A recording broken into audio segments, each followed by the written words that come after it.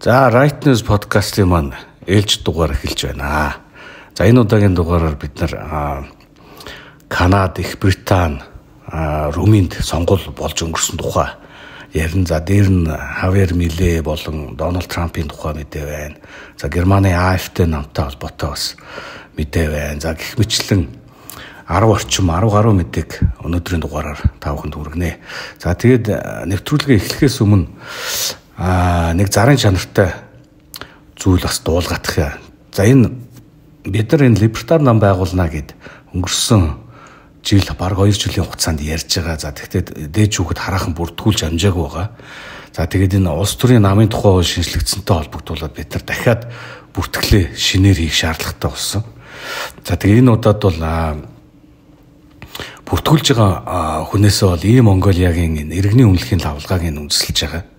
Тэгэхгүй бол бас хаягийн зөрчилж гэдэг юм уу, ямар нэг юм үгсгийн алдаач гэдэг юм уу, иймэрхүү зүйл гардсан шалтгаанаар бидний бас материалыг буцааж ирсэн ба. Тэгэхээр бүртгэл бол 3 газар явагдсан. За, эхнийх нь бол Liberty Pub буюу манай энэ 120 мянгатын их хуралтай бизнес төвийн нэг давхарт байрладаг газар байгаа. За, хоёр дахь бүртгэлийг бол Хүүхдийн зуугийн Уруухан кофе шоп буюу 45 дугаар сургуулийн баруун одоо урд үзүүрт байрлах Монгол гэр кофе шоп байна. За, 3 дахь байршил маань бол энэ Шангрила молын хажуугийн Олимпик резиденсийн нэг давхарт Напа лаунж гэдэг нэртэй газар бүртгэл явагдаж байгаа. Тэгээ бүртгэл бол өдөр болгон 10-аас 19 цагийн хооронд явагдаж байгаа.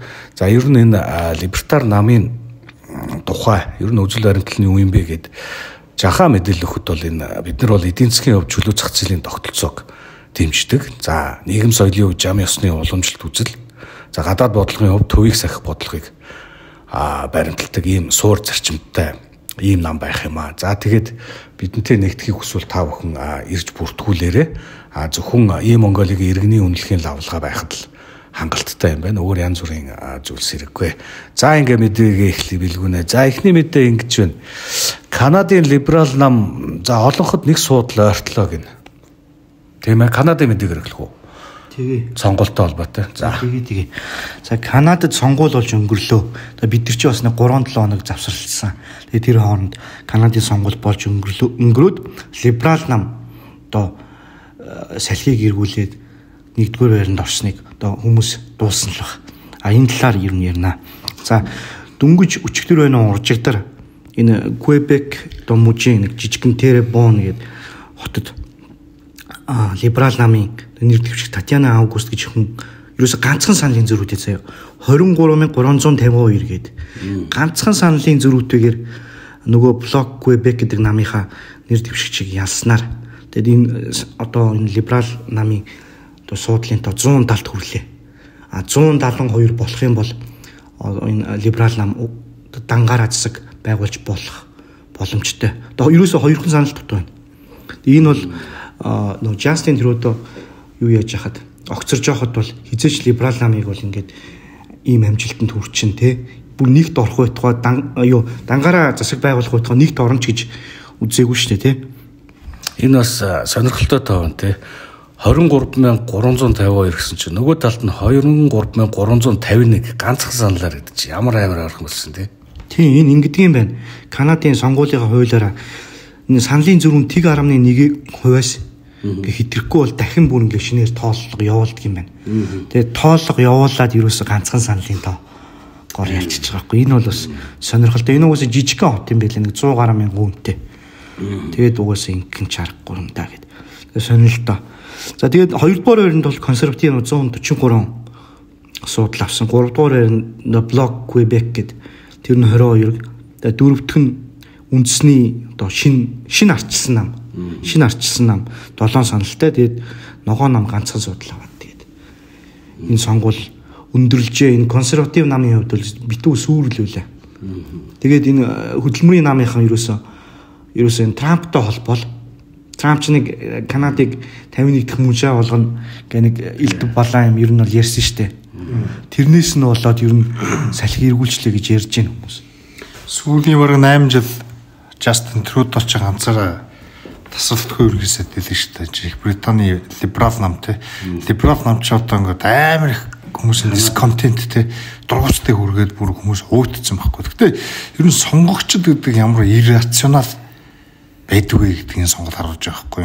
Хэрвээ Justin Trudeau-гоор ч гэдэм үү өдөрдүүлээд либерал нам сонголт орсон бол ялгдан бол тодорхой гэсэн аль хэзээ тийм рейтинг юу н гарцсан байсан шүү дээ. Тэгэл Mark Carney гэл Justin Trudeau-той яа гэж тэгэн бодолтой үзэл санаатай ийм хүн гарч ирэл хэдхэн сарын дотор энэ одоо юу гэдэг намын рейтингийг одоо өнгө төрхийг өөрчилж байгаа сонгогчдод өөр шин нам гараад ирсэн юм шиг. Одоо манайх нэг оюун эрднийг үцээ ядцгаал бүгд ингэж яагаад өөр нэг дараатай одоо сонголт авах юм бол манайхан дахиад очиж сонгоно. Яг тэрнтэй ижилхэн сонгогчдын ямар иррационал юм бэ гэдгийг бол энэ Канадын либерал нам сонголт дахиад ялчиж байгаас харагдаж байгаа. Тэгээ яг өрсөлдөгчд нь сул байх шиг байлаа. Яасан гэхээр тачил Америкт Трампын хийж байгаа мэдээлэлүүдэд одоо ч л энийг нэг эргүүлээд арай аятайхан нэг хүмүүст ингээд тайлбарлаад ч гэдэг юм залруудаад явчихгүй.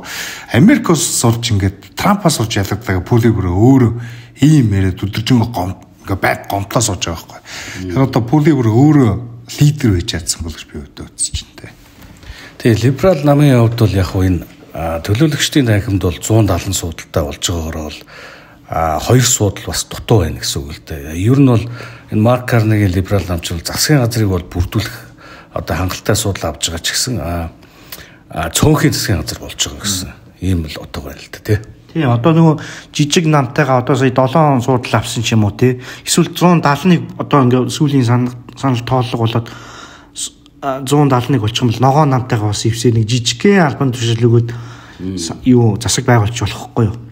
Эсвэл ер нь бол либерал нам бол бүрэн яллаа гэж ойлгочих болно. За тэгээ сая хасар ах ярьлаа энэ Pierre Poilievre гэдэг энэ хүн консерватив намын дарга болсон сөрөг хүчний дарга юм. Ер нь бол ялхан тодорхой гэсэн тийм одоо таамаглууд явж исэн. Яагаад ялагдсан шалтгаан нь ойлгомжтой.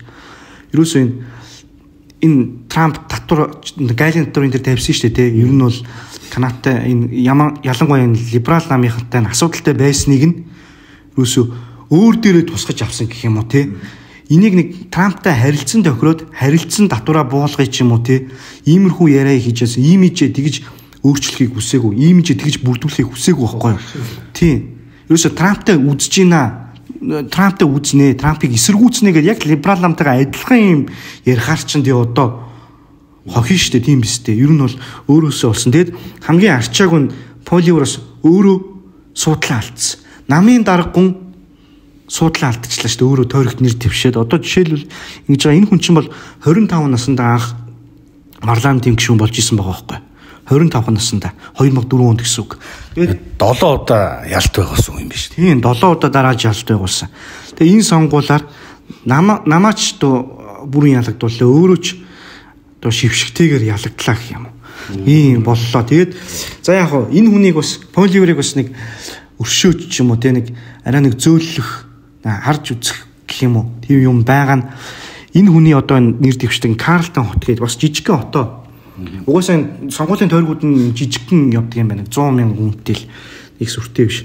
Яасан бэ гэхээр энэ хүний энэ Карлтон гэдэг хотын хүн ам нь дөнгөж 2016 100,000 байсан байхгүй. Тэгсэн чинь одоо нэг 10 гаруй жилийн дотор л 10 хүрэхгүй хугацааны жилийн дотор л 40,000 гар нэмэгдсэн гэдэг. За эдгээр ингээд дандаа цагаачд. Ер нь бол энэ цагаачдын 95 хүн ам нэмэгдсэн шалтгаан нь ерөөс 95% цагаачтай нэмэгдэл.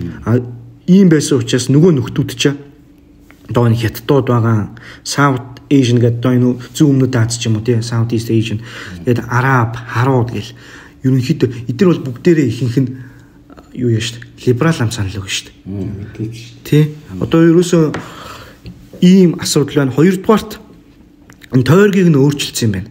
Яг консерватив намд өгдөг хэсгийг нь ингээд зурхтаа тойрог хийхдээ тэр хэсгийг нь жоохон багсгсан юм уу да ингээд хасаад зурцсан юм уу да тойрог хийхдээ тэр нь бас нөлөөсөн гэж байна. Гурав дахь нь болохоор энэ консерватив намын чинь мэдээж нөө төрийн албан хаагчдыг цомготно гэд сонголт орчихгүй юу. Жилд ер нь 17,000 төрийн албан хаагчийг цомготно гэсэн чинь яг энэ Карлтон гэж хотод нь төрийн албан хаагчд эсэргүүцээд тэгээд та нарт чамд өгөхгүй. Бид нар бол нэг ажлын байраа баталгаатай авч үлднэ гэд. Тэгээ ер нь бол ойлгомжтой. Либералууд нь бол иймэрхүү байдлаар сонгуульд ялсан байгаа. Тэр Марк Карнита ер нь бол зөвхөн энэ Карлтон хот биш. Энэ либерал ам нь бол сая хасрах хэллээ шүү дээ, тий. Хэдэн жил одоо энэ Канадыг зайдлав. Эдийн засгийг нь яаж унгав? Тэр статистикаар гараад ирсэн байлээ шүү дээ. Тэгсэн мөртлөө ингээд буцаа ялцдаг, тий. Юусэн нэг юм тэнэг байгаа байхгүй. Тэгээд ойлгомжтой хүмүүсийг энэ данхар дүр ялцруулж байна. Данхар дүр чин төрийн албан хөгжтийг угаасаа нэмэх нь тодорхой цаг хугацааны асуудал. Нөгөө үдэндээ хэсэг хугацааны дараа цаг хугацаа өнгөрөхөд мэдээж ажлын байраа алдахыг хүсэхгүй. Тэгээд хаалгадахыг хүсэхгүй. Тэгээд өөрийг нь халахгүй гэсэн нандал санал өгч шүү дээ. Тийм Канад дээр нэг иймэрхүү мэдээнүүд явсан. За бас Их Британд бас энэ орон нутгийн сонгуул бас болж өнгөрсөн тий. За энэ дээр бол баахан за энэ аль нам нь хэдэн суудл авсан тухай энэ баахан тоонууд байна. За энийг нэг эхлүүлээ тий. За энэ Их Британий орон нутгийн сонгуул болж өнгөрсөн бас сая өнгөрсөн өдрүүдэд. За энэ сонгуульд за 5 дугаар сарын 1-нд бол босон яг тэр он сарын хэлэхэд 1641 суудл одоо нийт авахаас реформ нам одоо бидний байнга ярьдаг тий. Энэ реформ нам 667 суудлыг нийтдээ авсан байна. Энэ бол сонгогчдын одоо энэ суудлага нь ерөөсөө 31% байхгүй яг 31% санал аваад 667 суудл авсан гэж хэлвэл онох байх.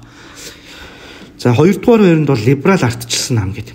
160 өмнө одоо 370 суудл авсан.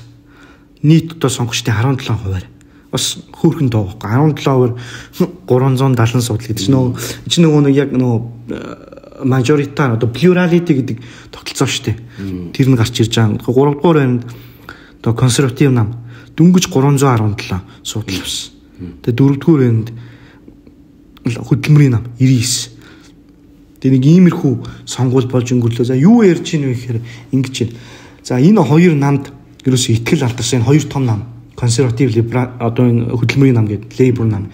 Энэ хоёр намд итгэл алдарсан хүмүүс реформ намыг сонглоо гэдэг. Энэ хоёр нам ерөөсөө засахыг чадахгүй байна. Тэгээ хамгийн одоо реформ нам санал өгчтэй хамгийн том асуудал нь мэдээж масс цагаачлалын асуудал байсан.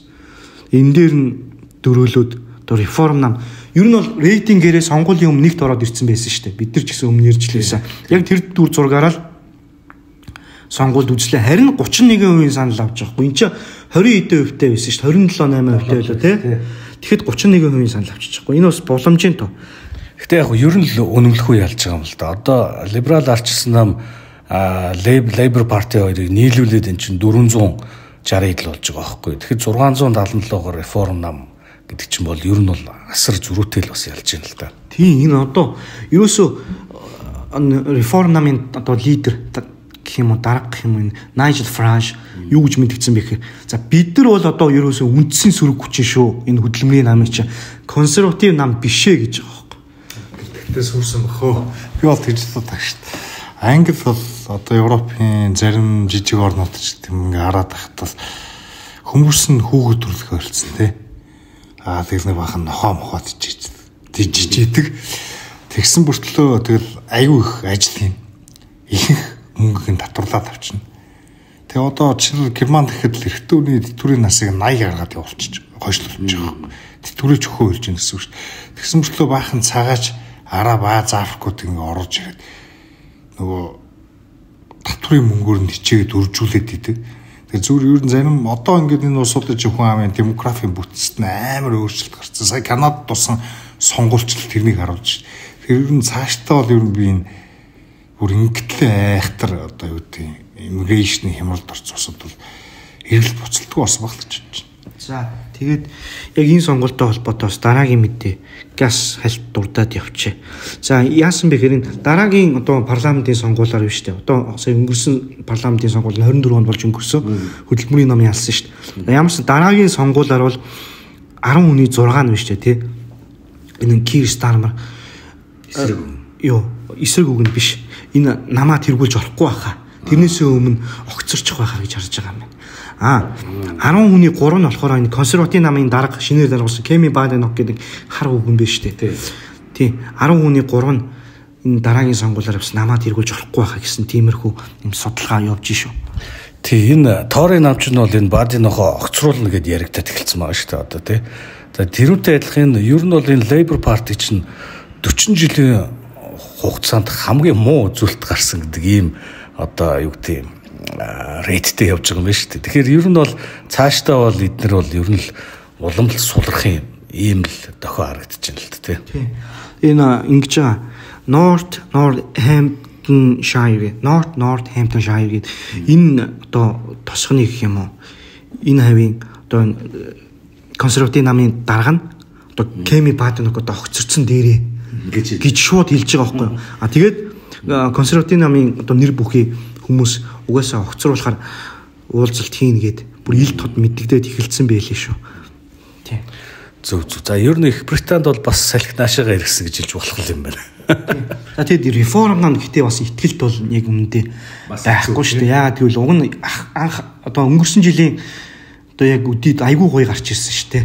Энэ цагаачлалын эсрэг тэгээд албан нутаг буцаан гэл Найжел Фараж нь улс төрд иргэн ирээд те айгүй гоё салхи эргүүлнэ гэж гарсан чинь мань нөхөр яг сонгуулийн дараа нэг 9 10 дугаар сар ялангуяа 11 дугаар сарын үед те ер нь бол нэг эний чинь ингээд маасаар нь хууль бус цагаачдаг нуцаг буцааг нь хэцүү юм бэ шүү энэ гэсэн юм. Тэгэл дундуур нь сая оны өмнө ч байна. Яг 12-р сард намынхаа бас нэг лидер Роберт Лофтэй асуудал үүсгээл те. Ер нь бол энэ Найжел Фараж жоохон итгэл бол өгөөд байх нэг шаардлага. Ямар ч гэсэн зөвөр энэ реформ намын амжилт бол зөвөр нөгөө хоёр намынх нь үнэхээр муу мяагийн тийм шалтгаантай шүү. Тийм тэрүнд нь одоо иргэд реакцлж штэ ерөөхдөө тий. За окей. За ингээд Канад Их Британи хоёрын энэ сонгуультай холбоотой мэдээ юм байна. За энэ хиний нэлээ нэг цэргийн үнд шагнал авлаа гин. Тэгсэн. Энэ дараагийн мэдээ мөн үү? Мөн. За энийг үргэлжлүүл. За энэ нэлээ болохоор одоо энэ Испаниараа айгүй урт нэртэй шагнал юм байна. Тэрийг нь одоо хэлээд яах вэ? Ямар ч энэ Granadeiros гэдэг энэ цэргийн элит тусгай одоо энэ морин хороо гэдэг үлээ монголоор энэ байгууллагын одоо энэ элит байгууллагын шагналыг хүртлээ. Энийг болохоор энэ Granadeiros гэдэг энэ цэргийн элит бүлэг одоо морин хороог 1812 онд генерал Хосе де Сан Мартин гэдэг энэ Аргентины ерөөсөө тусгаар тогтнолын одоо энэ либератор гэдэг энэ чөлөөлөгч зүтгэлтэн байгуулж ирсэн юм байна. Энэ шагналыг ерөөсөө авж байгаа баг анхны ерөнхийлөгч гэж гинэ. Энэ шагнал одоо яг милээд яагаад өгч юм гэхээр энэ милээ бол ерөөсөө энэ цэрэг хүчнийхэнтэйгээ асар сайн одоо юу холбоотой харилцаатай байгаа. Ерөө цэргийнх нь бол милээг хүндэлж байгаа гэсэн л үгэлдээ. Яг нь ерөнхийлөгч хүнд анх удаага өгч байгаа ийм тохиол болж байгаа юм шүү дээ. Монголоор бол энэ одоо Баатар цол юм уу да тийм. Гранадерийн цэргийн одон гэдэг ийм нэртэй юм байна. Энэ Granadeiros гэдэг нь одоо энэ болохоор цэргийн морин хороо гэж байгаа боловч Монголын хүнд таарвал гэдэгтэй бас ойролцоо заяа. А гисэн мөртлөө бас ерөнхийлөгчийн хамгаалтанд ажилладаг давхар үүрэгтэй байгаа байхгүй. Тэгээ энэ ийм байгууллага юм байлээ. Тэгэл хүнд таарууллаа шүү дээ. Ерөнхийлөгчийн хамгаалдаг харлаа шүү дээ. За. Ерөнхийлөгч нь тусгай бие хамгаалагч нь тэр байдаг юм уу? Бас байгаад байна. Тий. За. Хамгаалалт нь л байдаг байхгүй. Төрийн тусгай гэдэгтэй л байдаг. Тий. За ямар ч гэсэн тийм юм байлээ. Энэ бол ер нь либертар үзэлтнүүд биш үү те энэ цэрэг хүчний байгууллагынхантайгаа асуудал үүсгдэг үү те харин ч энэ ер нь бол төр гэдэг бол цэрэг цагтаа гэдгийг бол ойлгоцсон хүмүүс байдаг гэдгийг хүмүүс сайн анхаараарай. Цэрэг цагтаа шүүх штэ. Ер нь өөр илүү дутуу юм биш байхгүй яг энэ либертар онлын хүрээнд бол тэгж ойлгодог. Гэхдээ одоо хүний төвшин шийдвэрлэх асуудлыг түр өмнөөс нь шийдвэрлэж өгөх ёстой байгууллага биш. Хүн шийдвэрлэж чаддгүй те тэр аюулгүй байдал ч гэдэг юм уу тэр хүмүүс хоорондын маргаан ч гэдэг юм уу тийм юм дээр төр байх ёстой болохоос ш одоо бидний өдөр тутам өөртөө гаргаад ингээд өөртөө аваа явчих шийдвэрийг төр бүгдийг нь хийгээд бол утга учиргүй үстэй. Тэгэхээр либертарчууд бол цэрэг цагдаагаа хүчтэй байх ёстой. Тэгжиж л төр өөрөө үр дүнтэй байж чадна гэж л ингэж үздэг шүү. Энэгүүрээ бол тэр либералуудаас бол өөр шүү. Тий. За тэгээд нэлээч нь өөрөө одоо авахаас гадна бас энэ одоо энэ бас л энэ бидний одоо либертар үзсэн нэг томоохон төлөөлөгчтэй энэ анархо капиталист энэ Jesus Huerta de Soto бас одоо өнгөсөн байна тий. За энэ сая нөө Милегийн номын нээлт боллоо шүү дээ тий. Тэгэхэд бид нар бас нэг подкаст хийсэн Jesus Huerta de Sotoгийн нэрийг түүндээ дурдсан. Тэр подкастт тэр хүн маань 4-р сарын 27-ны өдөр Аргентины ерөнхийлөгч Хавьер Милегээс 5-р сарын одон гэд энэ бол Аргентины төрийн дээд шагналуудын нэг. Тийм маш том шагнал гэдээ ойлгоч болно. Энийг шагналыг авлаа. Энэ шагналыг одоо Миле өөрөө гардуулсан. Ягаан ордондоо нөө ерөнхийлөгч нь Casa Rosada гээд ягаан ордон байдаг шүү дээ. Тэрэндээ гардуулсан. Тэгээ ингэхдээ болохоор энэ хүний ерөөсөө одоо эдийн засгт либертар үзэлд хувь нэмэр оруулсан. Эдийн засгийн ухаанд тий либертар үзэлд оруулсан хувь нэмрийг нь үнэлж гисэн. Ийм байдлаар олгосон байгаа. За энэ Huerta de Sotogоо бас юу хальт дурдчихад энэ хүн бол ерөөсөө энэ Испани хэлтэй улсуудад биш үү тийм Австрийн эдийн засгийг түгээх үүсэлт бол ерөөсөө манлайлагч байсан. Тэгээ Людвиг фон Мисийн хүний үйлдэлгээд трактат байдаг. 900 орчим хуудастай. Энэ номыг орчуулсан хүн. Тэгээд насаараа энэ үйл хэрэг зүтгэж одоо Испани Изааны одоо Мадрид дахь сургуульд их сургуульд багшилдаг. Түүндээ өөрийнхөө дараагийн үеийг бэлтгэдэг. Ийм мундаг хүн байна. За энэ хүний ном байдаг нэг бизнес мөчлөгийн талаар нэг эдийн засгийн мөчлөг одоо мөнгө банкны зээл эдийн засгийн мөчлөг гэд ийм ном байдаг. Хүмүүс тэрийг бас харуул те яд чи нэг нэрийг нь мэддэг байвал гэд. Тэр чи амар академик амар ном 900 илүү 1000 хуудастай.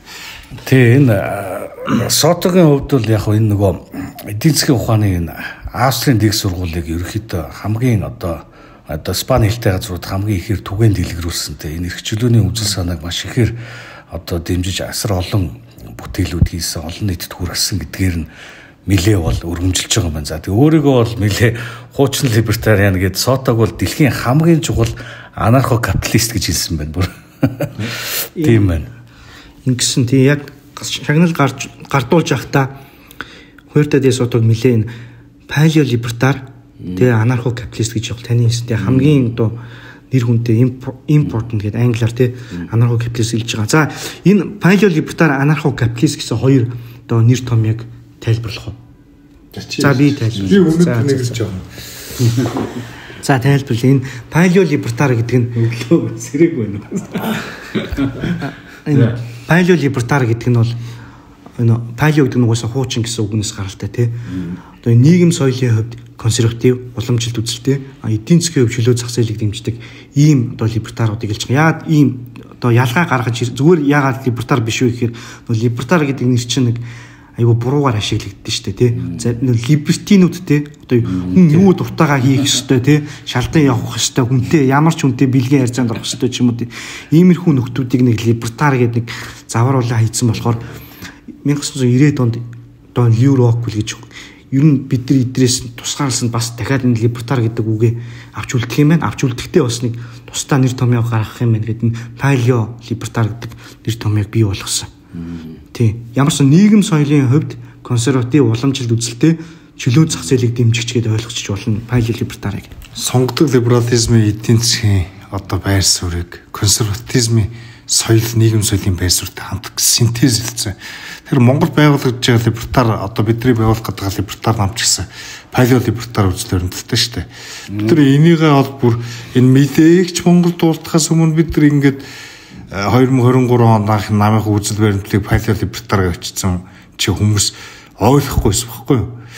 Тэгээд ер нь бол бид нар 2016 оноос хойш Mises Монгол гэдэг төрийн бүс байгууллагыг явуулж байгаа. Энэ Mises Монголын чинь суурин дээр л энэ либертар намчин байгуулагдаж байгаа шүү дээ. Тэгэхээр энэ одоо юу гэх юм либертар үзэл баримтлалыг бол манай энэ либертар нам бол ер нь саяхнаас ч Милег ч юм уу одоосноос хойш гэдэг юм ингэж бол аваагүй. Ер нь бид нар Mises институтын баримтлагдаг байр суурийг баримтлаж байгаа. Өнөөдөр ч гэсэн дэлхийд либертар үзэл гэдэг нь одоо олон даалдаршигтай ч юм уу Милег гэдэг юм уу эсвэл энэ нэрээс өдөр дүүрэл авж байгаа хүмүүс бол ихэвчлэн дандаа палео либертарууд шүү. Тэр Америкийн Вашингтоны Белтвей либертарууд те Вашингтоны лоббинд авталцсан ч гэдэг юм уу тэр Америкийн засгийн газрыг ч гэдэг юм уу элдв янзын дайнч майч зүуднээс нь өмөөлөд идэг либертарууд бол энэтэй байдлын явахгүй.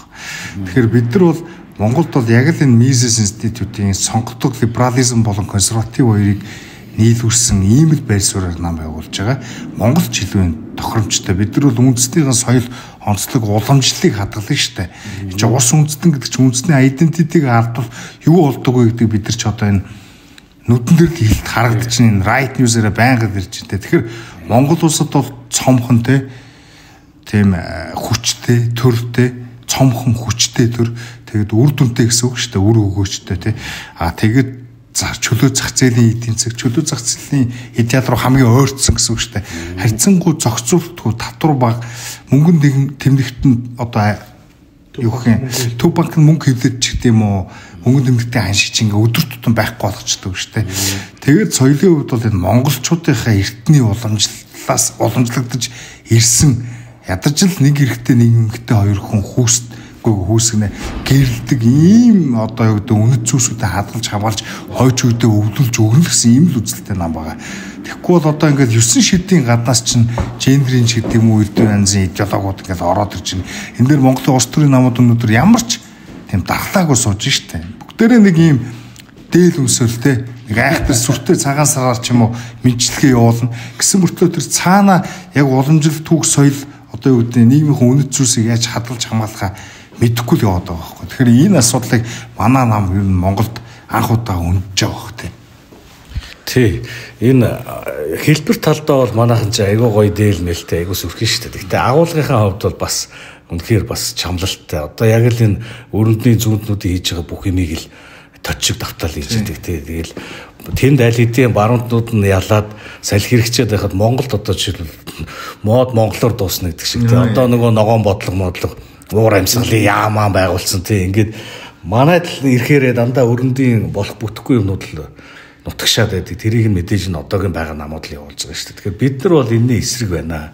Бид нар бол жинхэнэ баруун жигүүрийн улс төрийн баруун жигүүрийн эрх чөлөө зах зээл тийм нийгэм соёлын хувьд бол жинхэнэ уламжлалт зам ёсны ийм байр суурийг баримтлана. За мэдээж гадаад бодлого гэдэг бол монголчуудын хувьд хамгийн чухал. За гадаад бодлогын бичиг баримтан дээр бол миний бодлоор бол манай үндсэн хууль бол сайн гэж бодож байгаа. Одоо хоёр өрштөөгөө тий найрсаг харилцаатай байна. За дээр нь дараа нь ингээд 3 дахь өршийн бодлого гэж байна. Ер нь төвийг сахинал гэсэн үг шүү дээ. Тэгээд тэрэн дээр бол бид нар бол 100% санал нийлдэг. Тэгэхээр одоо намаа бол ямар ч байсан дахиад байгуулж байгаа. Тэгээ бүртгэл ямар ч байсан өдөр болгон 10-аас 19 цагийн хооронд 3 салбар дээр явж байгаа. Одоо бол нэгэн бас итэвхтэй сайн байгаа. Тэгээд хүмүүс ирж манай намд гишүүнээр ирсэн эсвэл дэмжиа гэвэл гарын үсэг зурх хэрэгтэй болно. За тэгээд иргэний үнэлгээний лавлагааг нь бол онлайн хэлбэрээр бид нар цахимаар авч байгаа. Энэ удаад нэгснээ алдаа гарахгүй тулд л нэг зайлшгүй хэлбэрээр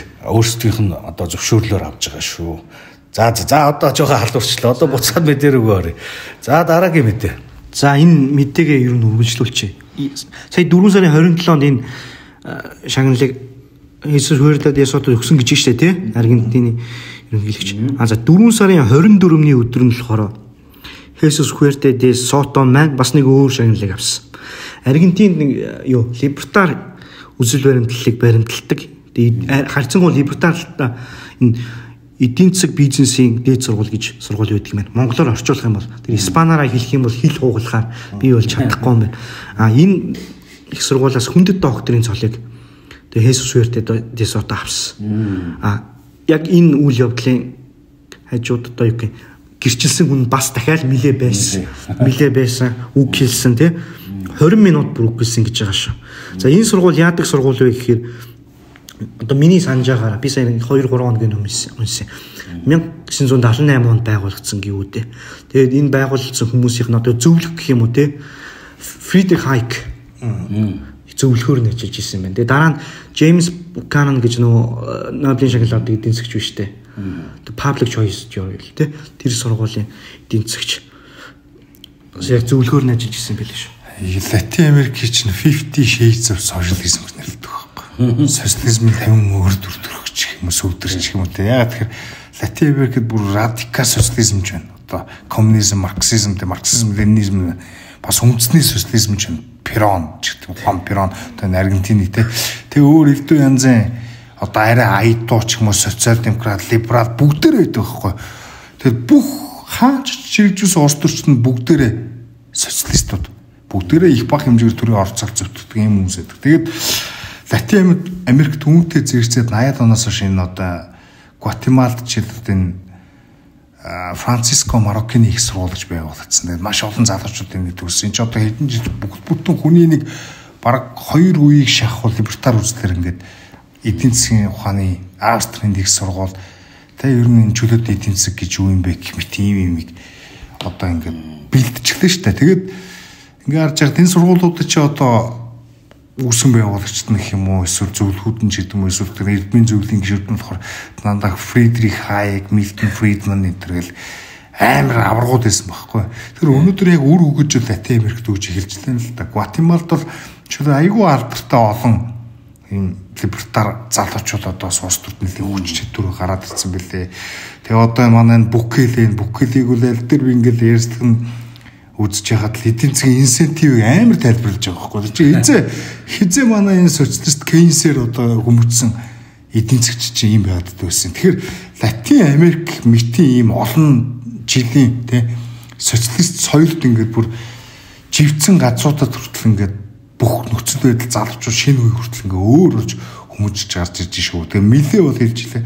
Бид энэ тий хүний хідэн үеэр цаламлагдсан энэ муухайтай стейтизмтэй, социализмтэй энэ муухай хүмүүсийг ингээд төрийн боол болгоод ажрыг нь хараад алах шиг ийм зүйлийг бидний үеийг л тасалж зогсоож чадахгүй бол энэ үеэрээ цаашаа хичнээн үе үргэлжлэх мэдэхгүй гэдэг. Тэгэхээр Монголд ч гэсэн бид нар энийг бодож үзэх хэрэгтэй. Бид нар зөвхөн Монгол ардын намтай ч юм уу эсвэл аль хэзээ үхээд хатаад сүрээд мөхчсөн зөвлөлт толгой туссан дээр гიშгээд одоо тэмцээд коммунизмтэй тэмцээд тэр цэдэн бол энэ одоо аль хэзээ байх горцсон хүмүүстэй тэмцэвш яг одоо байгаа проблем ойлгомоор.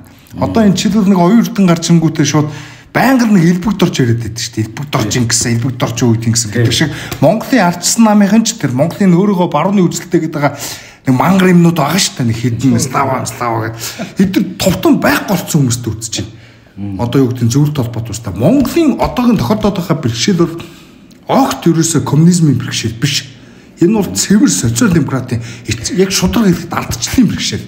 Тэр энийгээ эхлээд ойлгох нь чухал байна. Манай нам үүнийг ойлгуулж байгуулагдаж байгаа шүү. Хүмүүс орчин үеийн дэлхийн улс төрчин либерал буюу социал демократ ба консерватизм гэж хоёр багтчаад хаад хизээний өгцөн хатсан нацизм, фашизмтай тэмцээд тэр нацизм, фашизм ч өнгөрсөн зуунд хүчээ аваад аль хэзээний хүчээ шавхсан байх голчсон. Өнөөдөр хятадыг л тооцоолт юм биз дээ. Нөгөө талдаа яг коммунизмтэй тэмцэх гэдэг бол хятадын нөлөөнөөс сэрэмжлэх тухай хэн ч ярихгүй байна. Зөвхөн Оростой болилцож аваад байгаа байхгүй юу? Орос бол хүчээ алдсан. Тэгэд Орос дээрээс нь зөвлөлт толгой тус биш.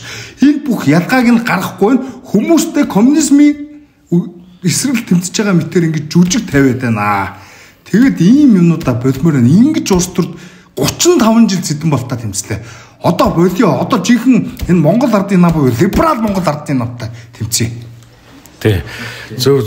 Угаасаа энэ баруун жигүүрийн энэ улс төрийн баруун жигүүрийнхэн ерөөсөө дэлхийд дахинд ялаад байгаа шалтгаан чинь залуучууд нь дэмжиж байгаа шүү дээ.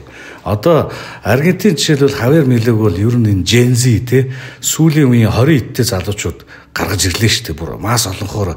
Тэгээ би нэг юм анзаарсан Монголд бол ийм юм байна. 17 хүртэлх насны сая 200 мянган хүүхдүүд байна. Тэгээ бидний ер нь бол холын ирээдүй одоо юу гэдэг цаашдын одоо хурц ажиллах ёстой энэ зорилт гэх юм уу да энэ нь бол яалтчгүй энэ залуучууд руу чиглэх ёстой юм байлээ. Яа тэгэхээр энэ миллениалч гэдэг юм уу одоо ингээд нэг алидийн энэ зүүнний соцтек үзэл санаагаар тархин угагдсан хүмүүс чинь баг өөрчлөгдөн гэдэг маш хэцүү. Тэгэхээр одоо оюутан залуус руугаа бид нар илүү чиглэж хандан. За дээрээс нь мэдээж жижиг дунд бизнестэй. За тэгээ ажиллаж байгаа ингээд мэдээж энэ үзэл санааны хувьд бол эн чинь зүгээр л энгийн үнэл итгэл үнэмшилтэй хүн болгоны дотор байдаг зүйл. Түүнээс шинээр одоо юу гэдэг зохиож гаргаж ирээд нийгмийн те инженерчил хийх гээд байгаа тийм зүүнний үзэл санаас бол тэс ондоо зүйл юм аа. За тэгээд буцаад мэтэрэг орё одоо те. Одоо ч л сайн ингээд нэг юу ялаа штэ. Хотыг 14 хот болгоно гэд. Тэгээд эн чинь нэг хүмүүс ялахтай нэг дарга гэдэг нэрээ оршуулаа бүгдээрээ дарга болох гэдэг Нямбатар эдгээр хөдөөний мангарууд мангатаад байна гэдэг. яг үндэ тгийг юм аа. Энд чинь Нямбатрын санаа биш. Цаагуур энэ чинь нэг 15 минутын хот жилүүдээ нэг юм дэлхийн эдийн засгийн форумын санаач орж ирээд байгаа байхгүй юу? Тэгээ нэг юм технократ маягаар ингээ хотыг ерөнхийдөө бүгдийг ингээд зохион байгуулчих гэсэнтэй хэнийг хаана яаж амьдрахыг тентэн заана. Тэгээд энийг нэг хотын проблемууд байгаа шүү дээ, нэг юу гэх юм төвчрлж гэдэг юм уу, иймэрхүү асуудалтай шийдэл гэж хэлээд байгаа. Иргэдэд төрийн үйлчлэгийг ойртуулчих гэдэг ч юм уу. Тэгээ яг энэ бол ерөнхийдөө нэг төвлөрсөн төлөвлөлт маягийн эдийн засгийн загварлуу орё гэсэн нөгөө доктортой хөгжлийн үзэл баримтлалыг чи яаж хэрэгжүүлэх вэ гэсэн гол аргачлал нь байгаа даа байхгүй. Иймэрхүү ийм өрнөдөөс ч юм уу тэр нөгөө либералуудаас нөгөө том бизнесүүдтэй хамтарсан нөгөө төртөө хамсан том бизнесүүд ч гэдэг юм уу. Иймэрхүү санаачлалууд Монголд орж ирэхэд манай ардсан наагийнх нь манай энэ арчил хүний эрхийн мэдрэмжтэй хүмүүс солиороо цэдэн болтой холбоо коммунизмтэй холбоо яриад сууж байгаа байхгүй. Тэгэхээр одоо энэ бидэрт энэ шинэ үеийн ертөнцид дэлхийг ойлгох хэрэгцээ шаардлага гараад ирсэн байна.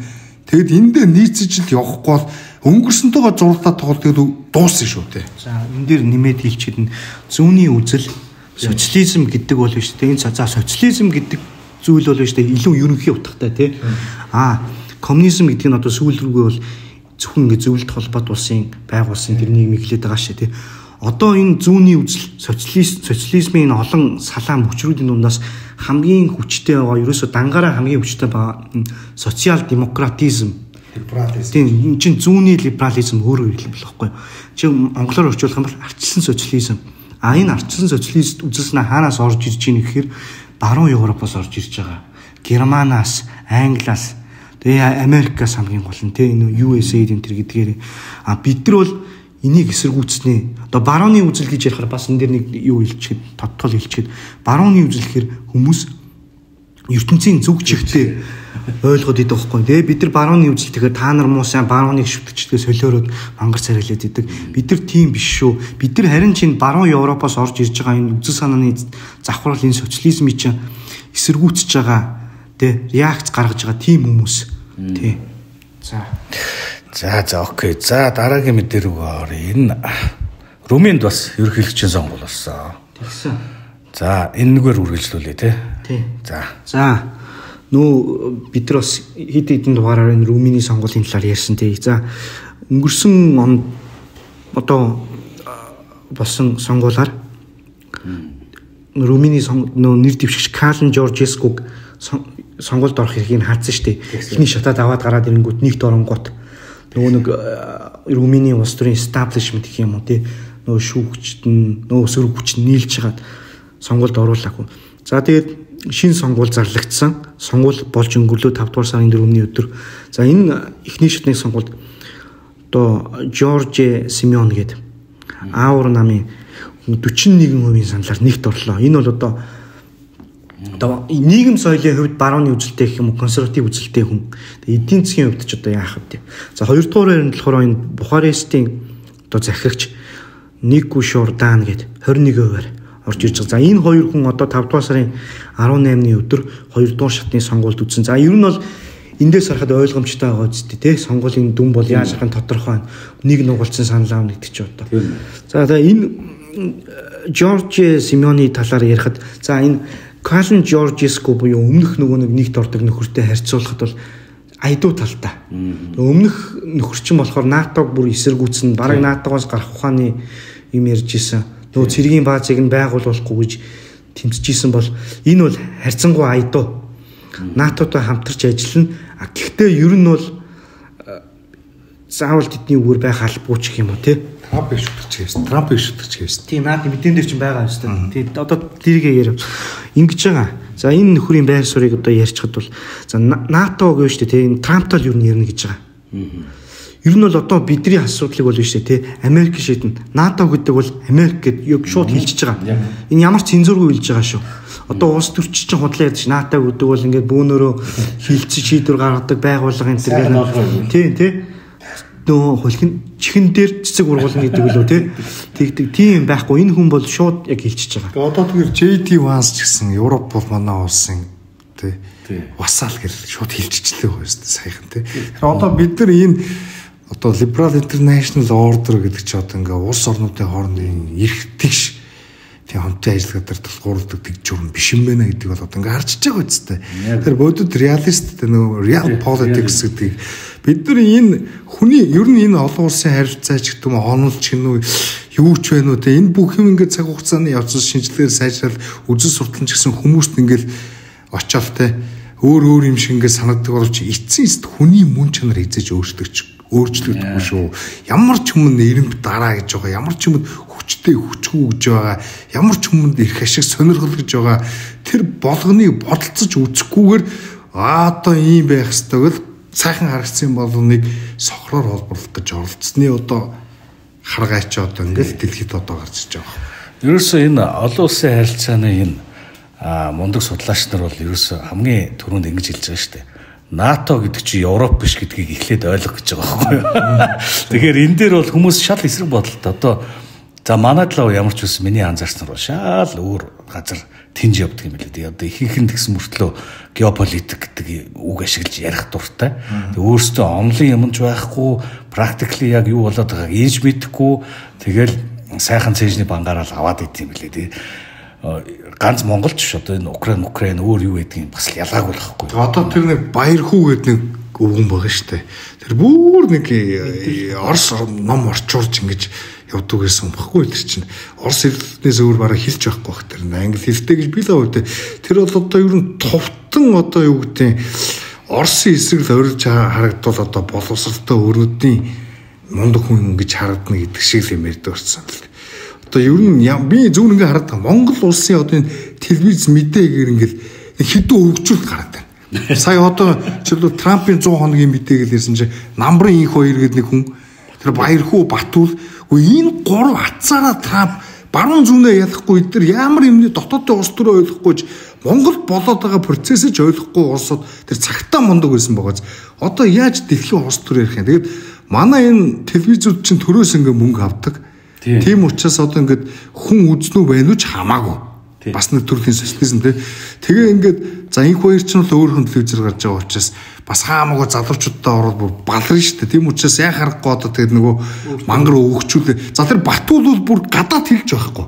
Тэр баруун бичиг үсэг тагас дутууд айлгцсан. Нэрэ чи одоо ингээд юу вэ штэ. Тэр бичсэн постмостын ачаараа нүл алдаа заяа. Тэгээд өгүүлбэрийн найрлага дээр айгүй мó та нар бодлоо Монголын том улс төрч сэнгийн одоо юу гэдэг айгүй мундаг зохиолчийн хүн өнтер гэдэг мөртлөө иймэрхүү хэмжээний боловсролтой нэг байхгүй. Тийм цэг таслалт зөвж авч чаддаг. Тэгэхээр ийм хүмүүс өнөөдөр ингэж ийм хүмүүсийн үгээр энэ орчин үеийн ертөнцийг тайлбарлах ба юм чин цаг хугацаатай тий бидний үе ч гэсэн мэдээж нэг өдөр дуусна. Гэхдээ одоо ийм нэг ийм хачин балаа юмнуудаас хэдүүлээ ер нь дандаа эдрээ үгээр тий ингэж явах одоо болох хэрэгтэй. Одоо ертөнцийг арай өөрөөр тайлбарладаг залуучууд Монголд хэрэгтэй илүү бодиттой тайлбарладаг цаг үедээ нийцсэн хүмүүс хэрэгтэй тий. За Румынтэй холбоотой мэдээ газ явчаа тэгээ дуусгач заяа. За энэ нөгөө Жоржиа Симеонович сайн нэгт ордог гэдэгтэй. За энэ нөхөр бол 2024 онд Украинд 3 жил орох эрхээ асуусан юм байна. Яасан бэ гэхээр ойлгомжтой. Нөгөө Украин цэргийн тусламж өгөхийг эсэргүүцдэг нөгөө Украинч бас румынчууд байдаг юм байна. Үндэсний цөөнх гээд тэднийг хамгаалсан чинь нөгөө нэг украинчууд нь зөрүүлээд та нар ингэж гин үү чи ингэж гин үү гэд 3 жил орох эрхийг хасцсан юм байна. За энэ ч яах вэ гэж бодоход за энэ нөхөр бол шууд мага гэдэг өөрийг хэлж байгаа. Трампыг дэмждэг. Ер нь бол би биш тий Трампын засаг захиргааны одоо баримталж байгаа дэмжиж байгаа одоо ямар ч байр суурийг баримтлнаа гэж байгаа хгүй ингэж шууд хэлж байгаа. Тэгээд саяхан одоо энэ 7 хоногийн ихэр гэх юм уу тэр чинь бол одоо энэ мэдэн дээр энэ 7 хоног гэхээр өнгөрсөн 7 хоногт гэсэн үг. Conservative намын одоо Conservative Political Action Conference гэдэг нь шүү дээ тий. Тэрний одоо CPAC бид нар бас өмнө мэдээлжсэн. Энэ байгууллагын одоо толгой лидерүүдтэй шууд ингээ уулзалт нэг эсрэг нэг ч хийдэм. Тэгж хийсэн байлээ. Ер нь бол байр суурь бол тодорхой болгоцсон. Трампыг дагнаа. Зөв ойлгомжтой. Ер нь бол нийгэм соёлын манай хөрчний евроскептик энэ төр гэдэг тийм. Энэ ингэж байгаа. Бид нар бол биш тийм. Трампаар тэргүүлүүлсэн ч юм уу тийм. Америкаар тэргүүлсэн НАТОг дагна. Харин энэ муу Францаар тэргүүлүүлсэн Европын армийг бол эсэргүүцэн даахгүй гэдэг байгаа байхгүй. Нөгөө Европын арми гэдэг нь бид нар өмнө ч гэсэн ярьж лээсэн нөө Европын холбооч өөр ингэс нэг аимтай болох гэдэг байгаа шүү дээ. Тийм. Тэрийг нь эсэргүүцэн гэж байгаа.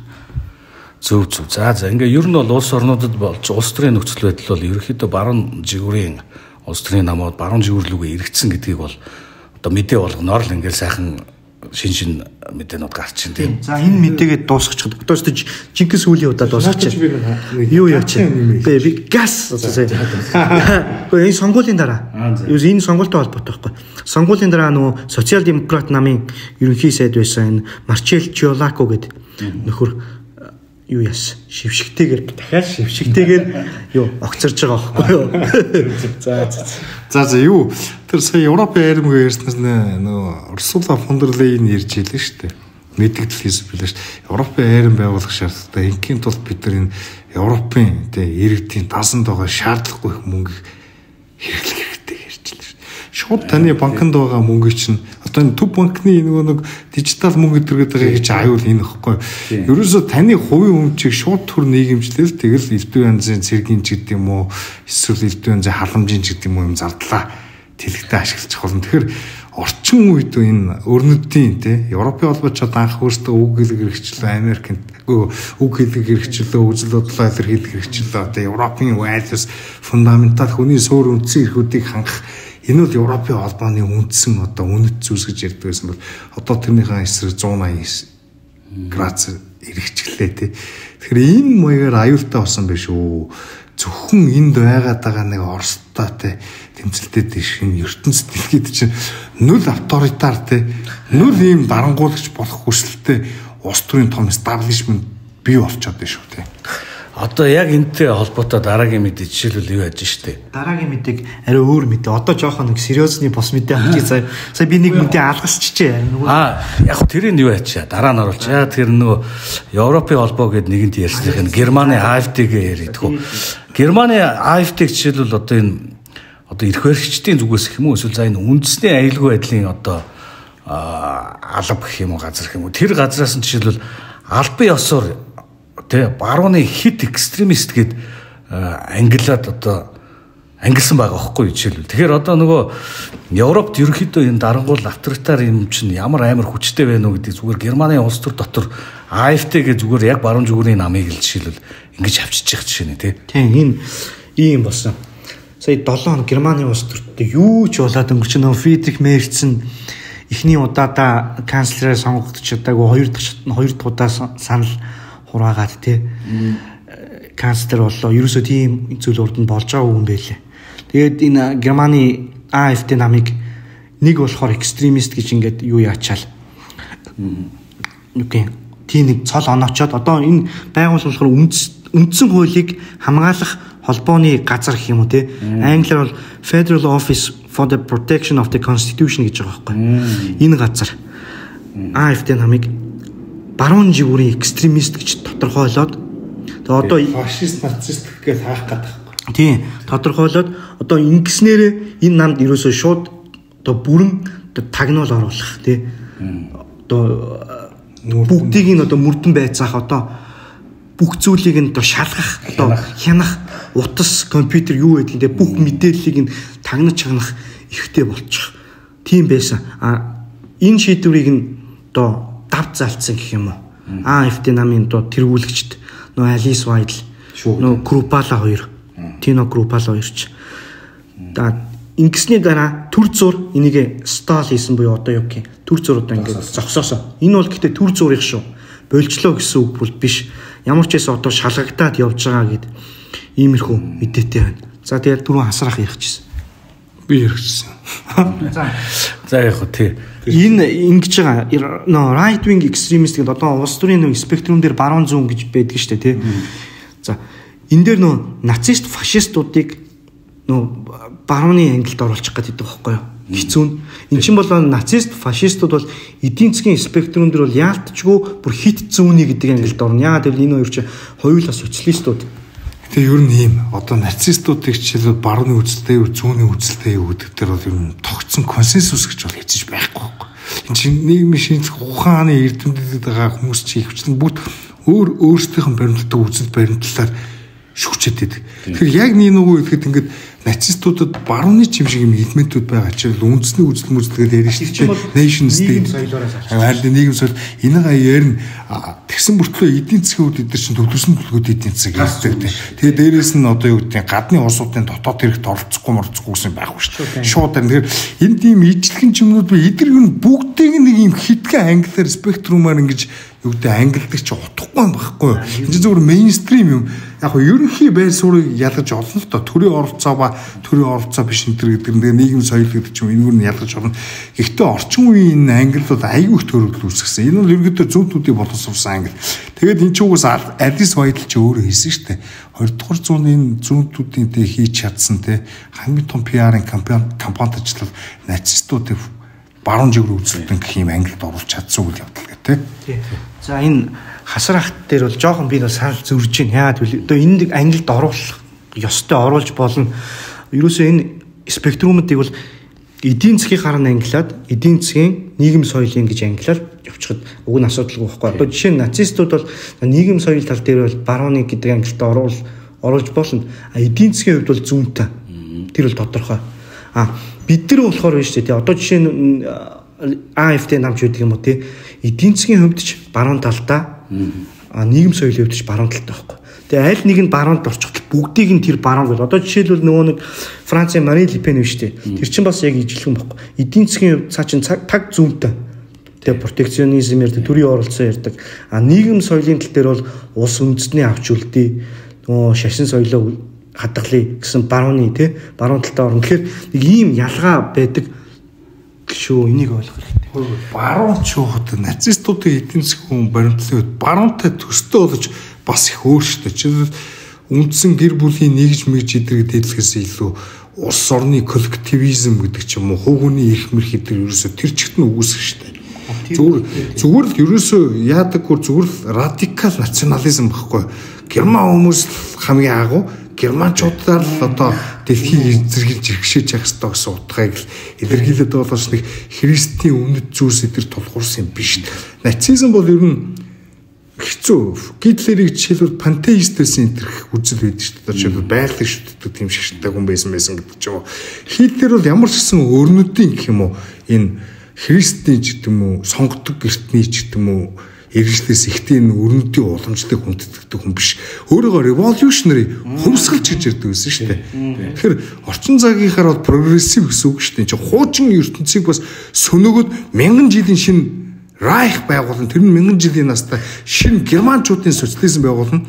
Герман үндэстэн хооронд тэгшвэдэл бий болно. Германаас бусад дорд үндэстэндээ бол ирэмбтэй байх хэрэгтэй. Социализм, коммунизм чинь герман үндэстний хүрээнд байгуулна гэсэн үг. Энэ үндэсний үзлийг бас хоёр салах хэрэгтэй байна. Хит үндэсний хит үндэсрэх үзэл гэх юм уу те. Нөгөөх нь эрүүл ухаан зөрөөс яг үндэсний үзэл биш те.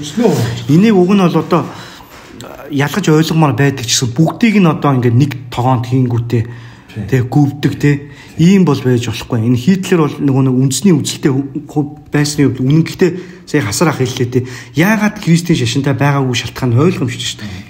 Есүс Христ жүүд хүн байсан. Яахаараа тэгвэл жүүдийн шашныг шүтдгийн тийм биз дээ те. Хизээч тэр хүн бол христийн шашинтай байгаагүй. Тэгээд шинэ христианитэ, шинэ христийн шашин тэр гэсэн юм гаргаж ирж мэрээ те. Тиймэрхүү юм болж исэн. Ямар ч хэсэ за бид нар ч байдаг юм уу, AFD намч байдаг юм уу, Марин Ле Пен ч байдаг юм уу те. Энэ үндэсний үзлэл эрүүл ухаан дээр суурьсан үндэсний үзэл ярьдаг шүү. Энэ өөрсдийнхөө өв уламжлалыг авч үлдэн те. Цусаа этниситийг авч үлдэн те. Үнд сухсаага авч үлдэн гэж ярьдаг. Энэ нөө нацистууд ч юм уу те энэ фашистууд болохоор сайхан геноцид хийжээ. Манай үндэстэн бол хамгийн дээд үндэстэн Ари дээд дүрлэлтэн те.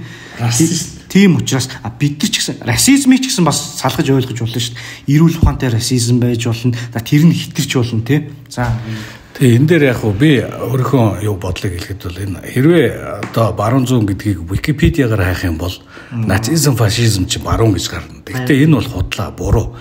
Энийг зүгээр хамгийн товчхоноор одоо баруун зүгүүрийн үндэс санааг хэлэх юм бол ерөөсөө энэ хувийн өмч буюу хувийн эрхчлөө те. Ер нь бол нэг зоосны хоёр тал тийм хүн өөрөө өөрийгөө өмчлөх хэрэгтэй. За энэ дээр суурилсан энэ чөлөө зах зээлийн тогтолцоо байхгүй. Нэгс нь эдийн засгийн агуулгаар нь баруун зүүн гэж ялахгүй бол юу гэдэг зөвхөн үндэсний одоо юу гэдэг нийгэм соёлын шиг гэх юм уу талаар нь баруун зүгээ ялгахчаар бас худлаа болчиход байгаа байхгүй. Тийм болохоор бас бид ч гэсэн энэ мэдээндээ дуртахтаа дандаа энэ реформ намч гэдэг юм уу одоо ингээд өрнөдөд болж байгаа бас нэг баруун тийшээгээ хазаасан намуудыг бол мэдээж эдийн засгийн агуулгаараа юу хийх вэ, ямар бодлого дэвшүүлж гинүү гэдгийг голчилж бас авч үзэж ярьдаг байгаа тийм. Яг нь ер нь улс төрийн спектрум чи одоо энэ баруун жигүүрт нь одоо Хитлерийг багтаагаад байгаа чинь бол мейнстрим зөвний үзэлтүүдийн боловсруулсан спектрум шүү дээ. За спектрумууд маш олон янз. Барууны үзэлтнүүд өөрсдөө боловсруулсан спектрум, либертаруудын спектрум, дээрээс нь спектрумээс гадна бас компас центр гэдэг шүү дээ. Маш олон янзаар л ингэж хэмжигэж үздэг. Гэтэ энэ ер нь энэ олон юмнуудыг чи ер нь одоо бид нар бол мейнстрим байдлаар өөрсдөө бас баруун жигүүрийн либертар гэж ярьж байгаа шүү дээ. Яг ингээд ярих юм бол энэ яг тогтсон консенсус бүгдээр хүлээн зөвшөөрсөн нийтлэг энэ нийгмийн шийдвэр ухаан гэж юу болохыг та бүгд уусаа мэдчихлээ байгаа гэдэг чинь энэ одоо юу гэдэг Ньютоны дадлалцлын үед биш шүү дээ. Тэгэж бас хамаагүй хэлэхээр нөө эдийн засаг мэдийн засаг гэж үгүйсгдэг тийм хүмүүс чинь тийм биш үү те. Бас тэгэж хамаагүй ярьж үгүйсгэж байгаа юм биш. Нийгмийн шийдлэх ухаанд биш дээ. Айгүй бодиттой мундаг зөв аргачлалаар судалдаг маш олон шийдлэх ухааны судлаачд байгаа. Бас худлаа өөртөө эрдэмтэн гэсэн мянган зургаачд байгаа шүү. Нэрээ. Тий. Ялангуяа эдийн засагчид, улс төрчид энэ ер нь нийгэм гэдэг чинь улс төртэй ямар нэгэн байдлаар холбогддог. Тэр Хенри Ханстедийн эдийн засгийн ухааныг нэгэн хичээлдэг номдэр энэ одоо юу гэдэг улс төр бүх шийдлэх ухаан дотроос хамгийн одоо юу гэдэг улс төрийн нөлөөнд орж ядсан шийдлэх ухаан эдийн засгийн ухаан гэж хэлдэг байхгүй. Яг л тэр шиг ер нь нийгмийн шийдлэх ухаан ч амар их улс төрийн нөлөөнд ордог. Тэгэхээр ихэнх хүн судлаач гэсэн илүү үдс сурталчтай байдаг. Тэдний ихэнх нь ер нь бол 10-аас 8-аас 9 тий ер нь социалист зүүнтүүд байдаг. За яг. За дараагийн мэдээ. За дараагийн мэдээ одоо жоохон юу яана? Сериосны бос явна. Дараагийн мэдээ та нарыг жоохон инээлгэн гэж байна. Инээлгэн. За нөгөө civilization гэдэг нэг стратегийн тоглоом байдаг шүү дээ. Тэрний civilization тэрний 7 дугаар одоо civilization 7-гийн одоо нэмэлт DLC гэдэг апдейт нь ороход тэрний трейлер нь гарсан байна. Тэгсэн чинь тэр трейлер дээр нэг хар хүүхэн монголчуудыг удирдаад явж байгаагаар дүрсэлжээ. Та нар тэр трейлерыг үзвэл бол илгэчээгүй шин. Тэгээд энэ бол ерөөсөө асар одоо сөрөг Монголын армиг тийм Монголын армиг те Монгол цэргүүдийг гэх юм уу. Сүбүдбаатар хар эмэгтэй байсан гэх гэдэг юм шүү.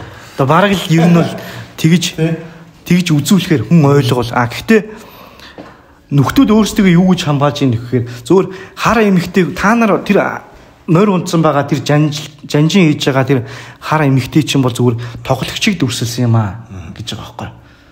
Та нар бол хинч байж болно те хар эмэгтэй байж болно цагаан ястай эрэгтэй байж болно гэсэн ийм нэг шалтгаан хэлсэн. Гисэн боловч тэр шалтгааныг мэдээж хүлээж авахгүй шүү дээ хүмүүс ойлгомжтой. Яахаараа Монголын армийг хар хүүхэн толгоолт юм бэ гэсэн комментүүд бол маш олноор бичигдсэн.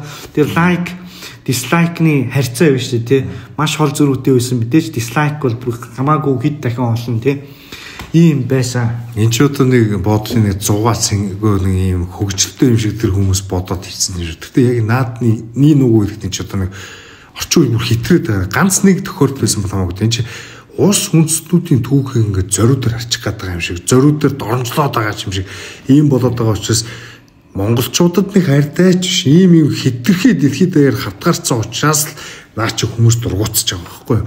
Тэгээ яаж ч удсан Монголын армийг хар эмэгтэй болох болцоо байхгүй те. Ямар ч одоо бүр тэгэл эн чинь бүр арай хитрхи биш те. Тэгээд ингэсэн мэдээтэй холбогдуулна Ясуке гэдэг нэг хар хөр биш те. Японы тэр нэг самурай гэдэг. Тэр гэхдээ самурай байгаагүй шүү. Тэр нөгөө Японыхоо тэр түүхийн бичвэрт нь Буши ч юм уу самурай гэсэн тийм үгээр тэр Ясуке ерөөсөө онооч нэрлэж байгаагүй юм бэлээ. Самурай байгаагүй зүгээр нэг servant буюу нэг үйлчлэх зарц хажууд нөгөө бие хамгаалагч марка нэг зугаац ингээл одоо юу гэх нэг өөрийгөө зугаацуулж явахгүй нөө Ода Нобунага байлуу те тэр хүн чинь зүгээр нэг бодолтой дундад зууны үед нэг хар нөхөр хаанаас чамаагүй гараад ирэнгүүт нэг хүн гайхах нь юустэй. Тэгээ нэг 100 хайж байгаа нэг хажуудаа нэг сармагчин ч юм уу нэг олоо тавьсан ч. За яахав дээ. Тэгээд ярьчих л та яах вэ? Үгүй 100 штэ тэр чинь. Тийм биз дээ. Тэгээд тийм болсон тоглоом дээр одоо нөө тоглоомынх нь нэр нь одоо яг тулгандаа дугна би тоглодгийн Assassin's Creed Yasuke гэдэг бүр аним байгаа штэ. Yasuke-г анime байгаа штэ. За тэр мэрийг бол би үзээгүй. Ямар ч Assassin's Creed-ийн тэр сүүлийн анги дээр бол амар том тимийг Японы бүр ингээд хууль тогтоогчд нь хүртэл энэ тоглоомыг одоо цензурд энэ арай хэвтрлээ. Энэ тоглоомын одоо Японд 20 тэр гэсэн тийм санаачлаг гарч исэн байхгүй. Гэхдээ тэгээд энэ тоглоом гардгаараа гарсан. Тэгээд дээрэс нь хэлэхэд энэ Yasuke-н Gomo болдго юм бэлээ. Тийм трейлер уусаа тоглоомынх нь тэр геймплей дээр нь байгаа юм чи яхаа. Тэр Япон самурай эрэгтэй самурайтайгаа сайхан үнсэлцээд сайхан нөө. Үнсэлцээд ер нь бол одоо бодлоо дундад 100-ны үед биш шүү. Тэгээд Assassin's Creed тоглоомын бүгдээрээ л одоо мэдэн шүү. Тэр чинь нинжа аахгүй юу. Тэгээд бодлоо дундад 100-ны үед нэг амар том биетэй хар нөхөр нинжа гэдэг. Яаж тийм нинжа хаанаас ч тэрийг яаж нинжа байх ямар ч боломж байхгүй. Тэгсэн мөртлөө Япон хүмүүсийг алж байгаа. Япон залуутай унтаж үнсэлцэж байгаа. Тэр одоо арай нинжа байж болно шүү дээ. Яаж нинжа? Харгуун шүүн харагдахгүй шүү дээ.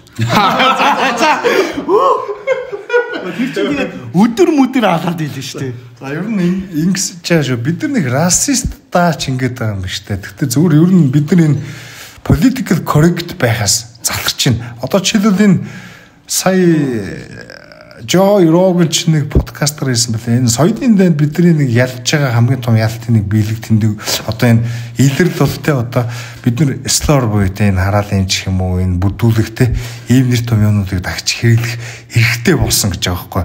Тэгэхээр бид нар энэ нэг үгээр нэг юу ч гэж хэлдэгээ тэр хүмүүс нэг бид нар ямар тэр нэг юунд нь очиод тэгээд байгаа шүү дээ. Энэ монголчууд л сонсож байгаа ш. Тэр хүмүүсийн нэг хохирогч олон одоо юу гэдэг үеэрээ зовсон мовсон гэж боддог хүмүүс байгаа л баг. Гэтэ тэдний зовлон ер нь бидэртэй нэг холбоогүй учраас бид нар тэр юу хийсээ яах вэ?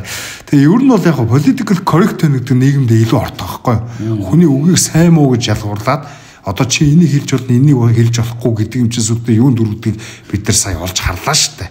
Одоо яг боддоор гэд туршлага бол гарлаа. Тэгэхээр ямар ч тохиолдолд бид нар үг хэлээ хориулахгүй юу хэлэхгүй нэг хэсэг үзэл сурталтнууд ч юм уу эсвэл нэг хэсэг дарга ч юм уу эсвэл нэг хэсэг намынх нар ч юм уу эсвэл өөрийгөө боловсролтойгоо бодоод нэг тархиа угаалгацсан хүмүүнээр бол үг хэлэхээ заалуулахгүй. Тийм учраас ер нь бол харыг хар нийгэр гэж хэллээгээд бид нар бол харамсахгүй энэс бол ичихгүй.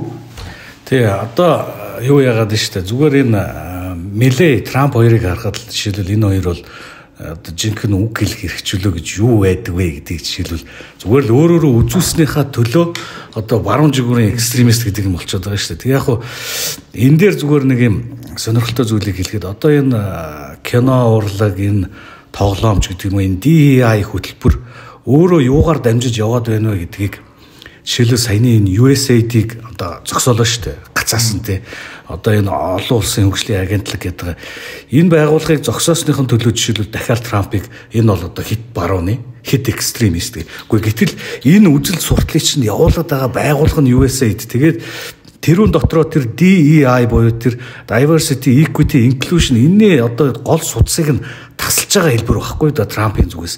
А гэтэл энийг бол одоо манаач гэдэг одоо бас тэгээд ээж болохгүй. Ер нь л олон улсад мейнстрим бол мэдээж шал өөрөөр сурталчилж байгаа тий. Тэгэл одоо баахан ажилчдыг одоо цомготголоо, бүгдийг нь ажилгүй болголоо, хүмүүнлэгийн янз бүрийн үйл ажиллагаануудыг зогсоолоо энэ төргээл амар худал зүүнний ийм пропаганд явж идэг тий. Гэтэл одоо боддоор тоон үзүүлэлтийг аваад үзэж гисэн юу байгаа байхгүй. Одоо Трамп сая ер нь 1 сарын 20-нд одоо дангаргаа өргснөөс хойш 274 мянган төгрөгийн албаа агчдыг одоо цомгтгсан байгаа байхгүй. Энд чинь бол төрийг үндсэндээ баг 10% 11-12% багасгаж байгаа хэлбэр юм билээ. Америкийн хувьд ярих юм бол. Тэгээ энэ чинь багасгахын тулд тэр Doge-ыг байгуулсан. Тэр Doge нь мэдээж тэр үр ашиггүй зарлуудыг гаргаж ирсэн. Тэгээд хаана ямар одоо мөнгө угаалт байна тийм үү. Дээрээс нь хаана ямар хэрэггүй бүтц байна тийм. Энэ бүгдийг чи ил болгоод явж байгаа. Тэгээд ийм байхад л одоо Elon Musk-ыг хүртэл бас хит барууныг ингээл ярьж байгаа жишээ нь. Тэгэхээр энэ үг хэрл хэрэгчлөө гэдэг юм ойлгох хэрэгтэй. Дээр нь бидний энэ тархинд одоо тий үзэл суртлаар хэрхэн яаж шингээж ийна гэдгийг бас анзаарч харж явах хэрэгтэй энэ зүүнний бодлогыг. Одоо энэ Netflix ч гэдэг юм уу Hollywood за тэгэл бусад одоо энэ тоглоом энэ чинь хүүхдүүд рүү чиглэж байна. Энэ аюултай байхгүй. Гэхдээ ер нь тэгээд одоо тийм айгу энэ харуудыг л нэг гоёор өргөмжлөх хэрэгтэй. Эсвэл гейүүдийг ч гэдэг юм уу. Энэ хүмүүс ч гэсэн өөрсдөө аюул муу ялгуулан гадар хурцлдаг хүмүүс гэдэг шүү дээ. Жишээлбэл харууд бол энэ Азуудын эсрэг асар их расизм тулгуурсан жинхэнэ hate crime хийдэж шүү дээ Америкт те. Тийм утгаар нь те. Тэгээ ер нь бол энэ харууд ч гэсэн биднийг бол онирууд л гэдэг шүү дээ. Онир нь үнэн лэмчин тэгээд бид нар харанаас үнэн шүү те. Тэгэхээр энэ нь одоо нэг хохирц одоо царайлаад гомдоод яах вэ одоо тэгээ яг хуу ер нь энэ сая манай оргил ярьж штэ одоо энэ баахан хүмүүс ажилгүй болоод өрөвдөлтөж шиг наад хүмүүс чинь дандаа татвар төлөгчдийн нуруунд дээр очиж суудсан паразит шимэгчд штэ наад чинь характераараа ч юм уу эсвэл өрсөлдөх чадвараараа тэнд ороогүй хараа ястай эсвэл эмхтэй эсвэл юу гэдэг гомо SP бейснийхэн төлөө ингээ ордог дандаа нэг давуу эрх хэдлий гэсэн бусдын нуруунд дээр очиод шимэгчлсэн тэгээд дээр нь зүгээр сууж авахгүй зүгээр шимэгчлэхгүй шүү дээ. Инфлюензийн заваан пропаганда төвгээд хүүхдүүдэд хүүсгэж байхгүйгээс сурталчлаад хүүхдүүдэд аман секс гэж юу юм бэ гэдэг ингээд бага ингээ сургуулийн хүүхдийн номдор хүртэл тийм хийцэн байгаа байхгүй. Тэгээ дэлхийн даяар энэ улс үндэстнүүдийн соёл уламжлал хэвлэлөө ингээд халдаад ирлээ шүү дээ. Одоо ингээд нэг баахан тэнэг юмнууд Монголд бас байдیں۔ Миний гей юу хөх мөх гэд бид нар ойлгосон. Тэр чинь одоо за энийг ингээд үргэлжлүүлээ ярьчихад за Монголоос асар хол байгаа юм шиг та бүхэнд одоо энэ яриаг сонсоор санагдаж болно. Гэтэ та зүгээр тийг санагдаж байгаа шүү. Яагаад гэвэл одоо жишээлбэл хүүсийн квот байна тий. Энэ хүүсийн квот гэдэг арга хэмжээ ерөөсөө нэг 10-аас 20 жилийн өмнө байсан бол хүмүүс ер нь дуртай хүлээж авахгүй эсэргүүцэн нийтээрээ яагаад бид нар ингэх ёстой юм бэ гэдэг маркаар.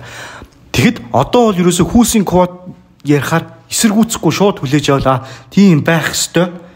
Байхгүй бол болохгүй гэж хүлээж аваад байгаа байхгүй. Одоо энэ зүүнний бодлого нь хэрэгжээ дахиад 15 жил яваад Монголд янз бүрийн төрийн бус байгууллагуудаар явах юм бол нөгөө нэг энэ хүүхдүүдэд секс микс заадаг янз бүрийн балаа юм чин дахиад ороод ирнэ.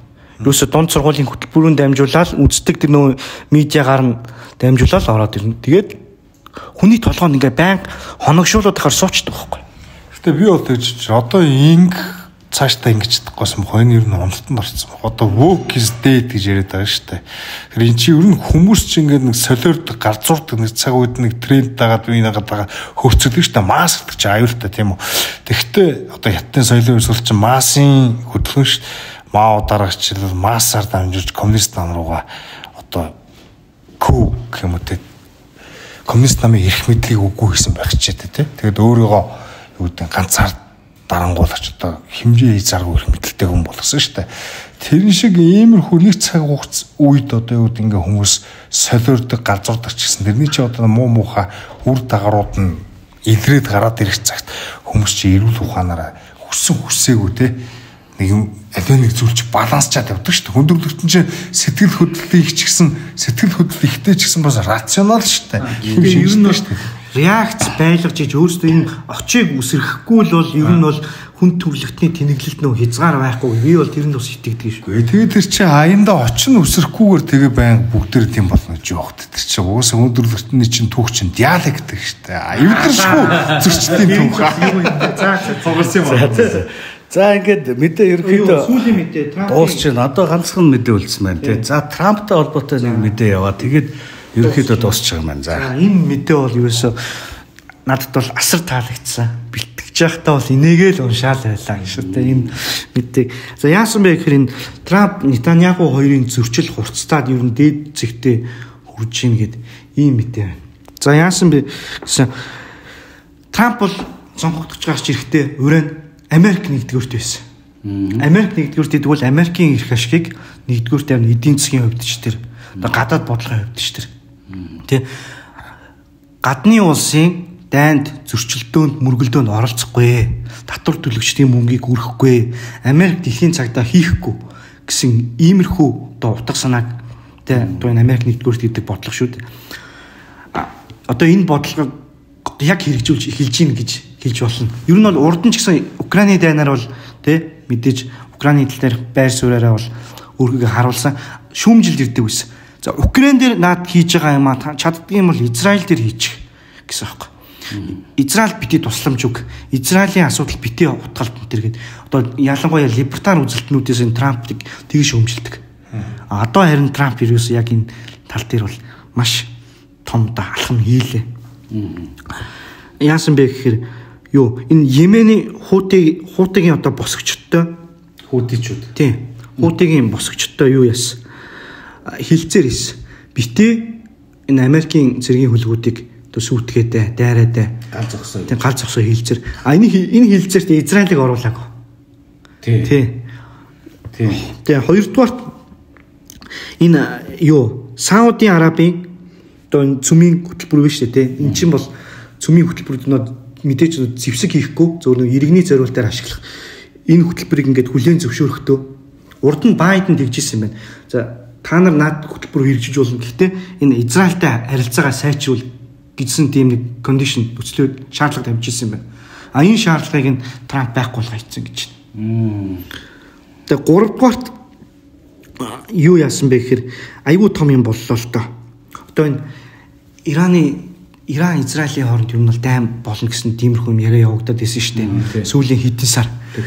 Энэ тал дээр ерөөсөө энэ Ирантай хилцээр хийхдээ Израилийг бүр тэр чигт нь энэ хилцээрээс хасаа ичлээ. Яасан бэ гэхээр одоо би одоо яасан бэ гэж яасан олон хэлдэг тийм. Өөрөө зүг. За. Өөр яаж. Юу Израилийн бол хүслэл Америкийн одоо аль ч ерөнхийлөгч байсан одоо лоббидж жагаад шахалт үзүүлж жагаад Америкийг Ирантай дайдуулах, Америкаар Иран руу цохилт өгүүлэх те. Эндээс нь хожоо гарах байсан. Израилийн одоо ялангуяа энэ Нетаньяхугийн зорилго нь бол ерөөсөө сүүлийн 20-30 жил ерөөсөө ийм л байлаа шүү дээ. Энийг нь зогсоочлоо. Тэгэд хэд хоногийн өмнө 10 хоногийн өмнө одоо үндэсний аюулгүй байдлын зөвлөх Майк Волцоо халдсан байхгүй юу?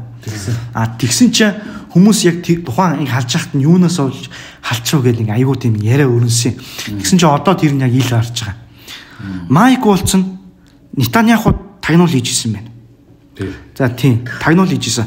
Хоёрдугаарт юу зөвлөж исэн бэ гэхэд Трампд юу зөвлөж исэн гэхээр Иран руу довтолцохоо. Ерөөсөө тийм ерөөсөө нэг манипуляц их маркаар. Тэгсэн чинь тэрийг нь бүр ингээд заах манипуляцыг нь бол ойлгомж тодорхой мэдж байгаа шүү дээ Трамп чинь тий Израилийн байр суурийг мэдж байгаа. Гол нь энэ Майк бол шууд мэдээд дамжуулж ирснийг нь эдэнгүүтээ халаа хийцсэн байна. Тэгээ нөө Пит Хексэд гэдэг одоо Батлан хамгааллын сайд биш шүү дээ. Тэр чинь сая нэг мэдээнүүдээр их нэг юу ялаа шүү дээ дайрууллаа шүү дээ. Ялангуяа Твиттерт нэг Монголын нэг хідэн тэнийг ислам малнууд юу энэ Пит Хексэдийг бас доромжлоод ирсэн байхгүй. Ийм арчаагүй амтнаар Батлан хамгааллын сайд тавьчлаа нөгөө одоо чи нөгөө чат мэдээлэл сэтгүүлчд алдчихлаа энэ төр гэсэн мэдээ яваад ирсэн шүү дээ. Тэгсэн чинь тэр сэтгүүлчийг нь биш дээ энэ Майк Волц зориудаар оруулсан байна. Тэгээд одоо энэ Пит Хексэд чинь Ирантай дайн хийхс бүр ингээд ирс татгалцдаг байр суурьтай хүн.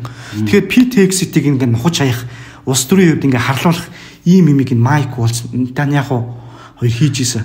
Харин Трамп ерөөсөө маш ухаалаг загнаад энэ тохиолдолд тэр Волцыг халаад Нетаньяхугаас гээд тусгаарлаад Пит Хексэд авч үлдлээ. Үнэхээр энэ бол Америкийн гадаад бодлогын хувьд бол ялалт болж байна. Энэ бол маш том мэдээлэлтэй. Одоо хэрвээ санджи бол хэдүүлээ бас өмнөх дугаараар ярьлаа. Тэрний өмнөхөр ярьлаа. Нөгөө Иран Израилийн нөгөө үндэсний аюулгүй байдлын тэр асуудлыг нь хариуцах хүнийг нь Израилийн нэг эмэгтэй Батлан хамгаалах яамд байсан эмэгтэй хүнийг томилцсон гэдэг баахан шууган дэрсэн шүү дээ. Тэгэхээр тэр бас нөлөөлж байгаа л да тэр чинь. Өмнөх дугаар дээр чи бид нар Трамп Нетаньяхугаас айдаг ярьсан. Энэ дугаар дээр айдгүй гэж ярьсан. Үнэхээр Трамп бол сонгуулийн өмнө ч гэсэн тий Израилийн дэмжлэг IPAC гэх нэг лоббистийн дэмжлэг энэ тэрийг нь авч ирсэн. Тэр бол үнэн тодорхой. Энэ JD Vance байна. Эн чинь бол JD Vance одоо дид ерөнхийлөгч чинь бол IPAC-ийн ер нь бол тийм хатгаас дэмжлэгээр тэр нөгөө захирагч энэ төр болол ер нь дид ерөнхийлөгч болсон хүн шүү дээ. Энэ нь бол ерөөсөө нууц биш нууц тодорхой байсан. Харин Трамп ёстой ир хүн шиг зан гаргалаа энэ удаад. За тэгээд одоо юу ойрох дорнодын 3 улсаар Трамп айлчлахын тэр чинь одоо Арабын нэгдсэн Эмират, Катар, Сауди Араб байсан санагдаж байна. Яг энэ 3 уулзалтанда энэ Нетаньяхугаас бүр хол ерөөсөө зайгаа авч хана үсгчлээ гэж байна. Үс уулзахгүй гэж тусгаарлана гэж зай аавна гэж хэлээ шүү. За окей. За ингээд сүүлийн юм чинь энэ бид нар ингээ байнга ягаан Израилийг яриад идэг гэхээр энэ Израиль гэж нэг заван улс чинь биш үү те. Энэ Америкийн улс төрийг эзэмчээд лоббигоор эзэмчээд өөрийнхөө өмнөөс дайтуулаад идэг. Өөрийнхөө өмнөөс татварлагчдын мөнгийг ингээд хэрэглүүлээд хүн амтан алуулаад одоо энэ ойрох доромдын докторгүй байдал биш те. Энийг үүсгэгч ерөөсөө хамгийн том их үүсэргүүл нь Израиль ахгүй юу? Тий. Тэгэхээр Израиль одоо энэ яг үнэндээ энэ бүс нутгаас зайлшгүй ийхтэй тогтогч юм шиг тий. Ер нь бол тэр үнэн шүү. Америкийн нэгдсэн улс юм шүү дээ. 1950 оноос хойш гадаад тусламжийн 3/2-ын дангаараа Израиль авсан гэж байна. Тий. Тэгэхээр ойлгомжтой л байгаа юм шүү дээ. Тэгэхээр Израиль гэдэг улс бол Америкийн нэгдсэн улс гур оршин тогтох боломжгүй улс байхгүй юу? Тий. Энийг л ойлгож аваарай тий. За окей. Ингээд энэ удаагийн дугаараа ерөнхийдөө ингээд өндөрлөе. За ямар ч байсан дуусгахаас өмнө дахиад нөгөө зараа хэлээдэх энэ либертар нам маань дахиад одоо байгуулагдахаар бичиг баримтаа бүрдүүлж байна. Дээд шүүхэд дахиад шинээр бичиг баримтууд бүрдүүлж өгч байгаа. Тэгээ тийм болохоор ирж бүртгүүлэх сонирхолтой эсвэл бид нарыг дэмжиж байгаа ийм хүмүүс байх юм бол ийм Монголиагийн иргэний үнэлгээний лавлгаал шаардлагатай юм байна. Өөр бусад зүйл бол хэрэггүй. За тэгээ иргэний үнэлгээний лавлгааг нь бол бид нар онлайн хэлбэрээр зүгээр мэйлээрээ авчиж болох юм байна. За ийм Монголиагаараа ороод энийг бол үн төлбөргүй татаал илгээх гэдэг дээр нь дараад болох юм байлээ. Тэгэхээр либертар намын бүртгэл явагдаж байна. За 3 газар явагдаж байна. Эхнийх нь бол Liberty Pub буюу одоо 120 мянгатад байрлах их хуралтай бизнес төвийн нэг давхартай байгаа. За хоёр дахь салбар маань бол Хүүхдийн зуугийн уруухан кофе шоп буюу 45 дугаар сургуулийн одоо уртхан талд байрладаг ийм Монгол гэр кофе шоп байгаа. За 3 дахь салбар бол энэ Шангрила молын хажуугийн энэ Olympic Residence гэж байдаг. Энэний нэг давхарт за яг буланд нь энэ Napa Lounge гэдэг нэртэй газар байгаа. Тэгээд энэ 3 байршил дээрээ бол бид нар өдөр бүр 10-аас 19 цагийн хооронд бүртгэлээ явуулж байна. За гадаадаас бас ингээд эрхэн яаж бүртгүүлэх вэ гэдэг ийм асуултууд их ирж байгаа. За тэгээд энэ тухайд хэлэхэд бол ямар ч байсан нөгөө эхний ээлжинд 801 гишүүнийхээ бүртгэлийг бол заавал гарын үсгээр баталгаажсан ийм материалууд өгөх ёстой юм байлээ. Тэгэхээр бидний вебсайт бэлэн ботл ямар ч гэсэн гадаадаас бол иргэдийг бол бүртгэх боломжгүй байна одоогоор. Гэхдээ хэсэг хугацааны дараа бол бүгдийг дахиад бүртгээд авнаа. За тэгээд өөр хэлэх захих зүйл байна одоо хоёрт. За энэ либертар намтай холбоотойгоор ганц юм хэлчээ тэгээд дуусгая. Хэрвээ та энэ төрийн дарамтыг эсэргүүцэж байгаа бол энэ төрийн одоо эдийн засгийн төрийн оролцооноос бий болсон, данхар төрөөс бий болсон тэгш бус байдлыг эсэргүүцэж байгаа бол тий ялангуяа одоо энэ оюун эрдийн сая скандал бий боллоо шүү дээ тий шинэ дарга анги номенклатур анги үүсчлээ Монголд хуучны элит одоо тий хуучны энэ төрийн элитүүд гэх юм уу тий төрөөс баяждаг төрөөс төрсөн тэрбумт гэдэг шиг ийм элитүүд бий болчлоо. Тэгээ үнийг эсэргүүцэж байгаа бол татварыг багасгахыг хүсэж байгаа бол тий төсвийг буурахыг хүсэж байгаа бол либертар намд илсээрээ. Тэгээд нийгэм соёлын бодлогыг түрүүн бас зөндөө ярьсан. Бид нар бол консерватив, уламжлалт үзэлтэй тийм хүмүүс шүү. Тэр нөө навшин либертинист биш шүү, тий. Хайрын соёлыг шүтж мөлтж байгаа тийм хүмүүс биш шүү. Зөв яг Монголд яг бодиттой асуудалтай л нүүр тулъя гэж байгаа, энийг өөрчлөе гэж байгаа тийм л хүмүүс. Тэгээ ялангуяа энэ бас гадаад бодлогын ярих шаардлагатай баг тий. Бид нар бол төвийг сахийг л дэмжинтэй. Монгол бол хоёр их гүрний дунд орших жижигхэн улс. Бид нар юу хийж чадах юм? Тиймээс дипломат харьцаагаараа л бид нар энэ улсаа хааштай авч үлдэн шүү дээ. Энэ чигээр нь тийм үстэй. Тэгээ ийм учраас ямар нэгэн байдлаар энэ баруун Европын зүүнний намуудыг ч юм уу энэ зүүнний төр зэсгүүдийг сохроор дэмждэг тэгээ Слава Украин гэж орилдог тийм хүмүүс биш шүү. Бас н Орос хиттийг сохроор шүтдэг ч хүмүүс биш. Бид нар бол үндснийхээ эрх ашигыг тийм дээдэлдэг нэгдүгээр тавьдаг тийм хүмүүс. За би ч яг бэлгүүнийгийн хэлсэн үгэн дээр нэг л хэдүү нэмчи. Ер нь бол 21-р зууны социализм бол 20-р зууны социализмын яг өнгө төрхтэй байгаа байдал хэв маяг агуулгыг тэр чигт нь улбулсан яг ижлэгэн зүйл байна гэж байхгүй шүү дээ. Түүх давтагдсан. Тэгтээ давтагдсан бүх хэв шинжийг нь хуулбарлахгүй тэ ижил төстэй байдлаар давтагддаг байхгүй. Тэр 21-р зууны социализм бол тэ дан ганц төрийн социализм биш ээ. Энэ бол дан ганц төрийн социализм биш. Энэ бол төр хувийн хвшлийн түншлэл нэртэй төр болон төр татвар төлөгчдийн мөнгөөр бизнес хийдэг хувийн хвшил нэртэй том баячууд юм элит ангийнхны социализм. Тэгээ хинд өөрчлөхөөр тэдэрт үйлчлэнэ.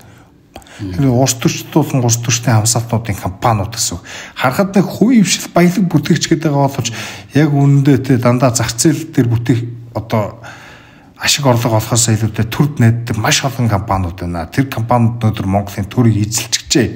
Тэгэхээр энэний эсрэг бид нар бас байгуулж байгаа. Төр болон төрөөр амьдардаг хүмүүс гэл юм ойлгочих. Шимэгчдгийг ойлгочих. Маш олон янзын хүмүүс байгаа. Зөвхөн баячууд татвар төлөгчдийн мөнгөөр амьдардаг хүн болгоныг гэл ойлгож байна. Тий. Зүг. За ингээд энэ удаагийн дугаараа өндөрлөё.